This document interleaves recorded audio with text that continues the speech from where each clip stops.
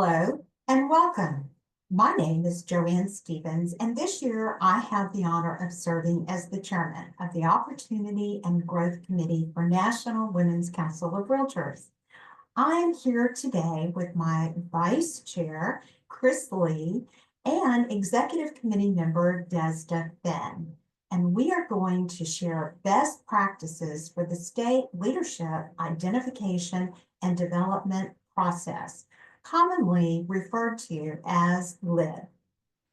As LID chair of your state, you play a vital role in shaping the future of Women's Council by identifying and developing new leaders at the local, state, and national levels.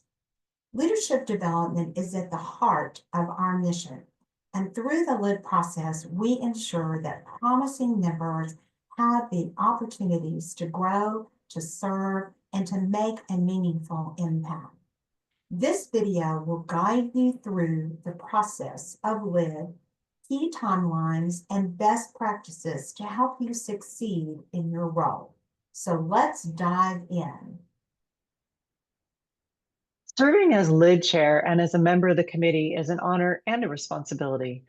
You are part of an exclusive team tasked with identifying the next generation of leaders, locally, statewide, and even nationally. Your role in this standing committee helps the Women's Council members expand their experience, build strong networks, and gain valuable mentorship. Many of our top leaders started their journey with a simple tap on the shoulder, and that's where you come in. It's helping our members feel their value and receive an opportunity to see if leadership in the Women's Council is a path for them. Remember, submissions remain on file, so encourage our members to update their applications as needed. Strong working relationships between local networks, state teams, and national leadership strengthen our entire organization. Serving on this team is also an essential part of the LID process. It reflects one of our guiding principles: the task is to ask. Mentorship and development go hand in hand. Now let's talk about timelines and the process. The LID application period is crucial. This includes the application itself, with the period for the submission running from March to early to mid-June. The application can be found under Network Forms. The Leadership Pathways job form. For our LID chairs, one of the first things you should do is connect with your state president as soon as possible. This partnership is key to a successful process. Then arrange a time to bring the LID team together so that everyone is clear on expectations and the timeline for the process. Use every resource available to spread the word and encourage participation. And you might consider sending a video or an email, making announcements at events, posting on social media, sending texts and personal outreach, and sharing via the state and local newsletters. It is also recommended to host an information session on Zoom and include testimonials from past leaders. And don't forget to seek input from current leaders. If a local leader has their eye on a promising member, encourage them to nominate and support that individual.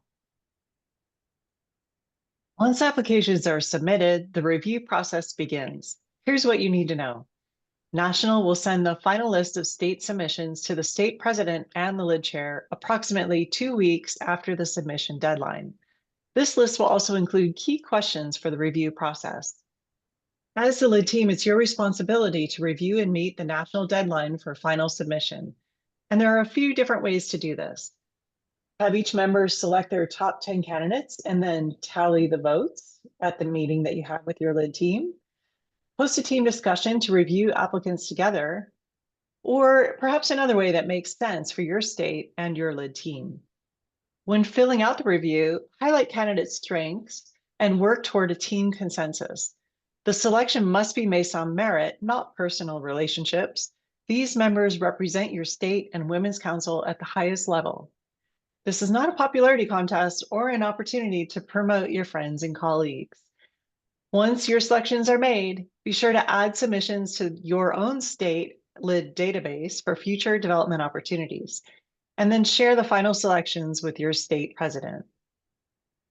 So, to wrap things up, here is a quick LID checklist to keep you on track. First, understand the LID process. Your role is vital in identifying future leaders. Connect with the state president. Build strong communications early. Promote the application process. Use every tool at your disposal.